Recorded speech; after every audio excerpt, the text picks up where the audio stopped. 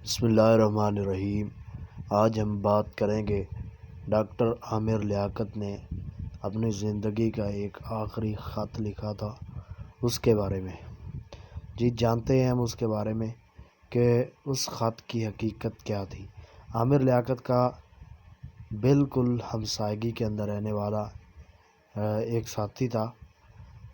اس کا کہنا ہے کہ ڈاکٹر عامر لیاقت نے ایک خط لکھا اپنی زندگی کے اختتام پہ۔ انہوں نے کہا کہ مجھے وہ خط ڈاکٹر عامر لیاقت نے 2 دن قبل دیا تھا مرنے سے، یعنی اس نے کہا کہ مجھے منگل والے دن عصر کے بعد وہ خط ڈاکٹر عامر لیاقت نے دیا تھا، اور اس خط کے اندر لکھا ہوا تھا، ڈاکٹر صاحب فرما رہے تھے، اس خط کو اس نے واشگاف انداز میں لوگوں کے سامنے بھی کیا۔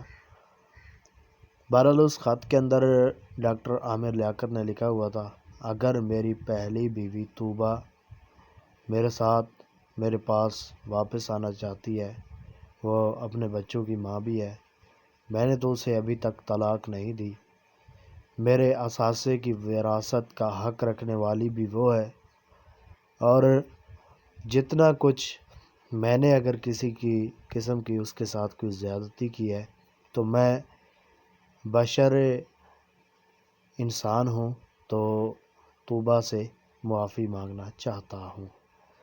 دوسری بات، اس خط کے اندر لکھا ہوا تھا کہ اس کے علاوہ میرا دانیہ سے کسی قسم کا اب کوئی تعلق نہیں رہا، کیونکہ میں نے اسی کے لیے ایک اوپر پورشل بنا رہا تھا جس میں شفٹ ہونا تھا، اور اس نے جتنا بڑا دھوکہ دیا، ڈاکٹر صاحب کا کہنا تھا کہ میں ساری زندگی اسے بھول نہیں سکتا، اور نہ ہی اسے میں اب قریب کر سکتا ہوں، کیونکہ اس نے زندگی میں میرے ساتھ بہت ہی بڑا دھوکہ، اور آگے لکھا تھا دھوکہ ہی نہیں، ایک تذلیل کا باعث بھی بنی۔ Thanks for watching. السلام علیکم۔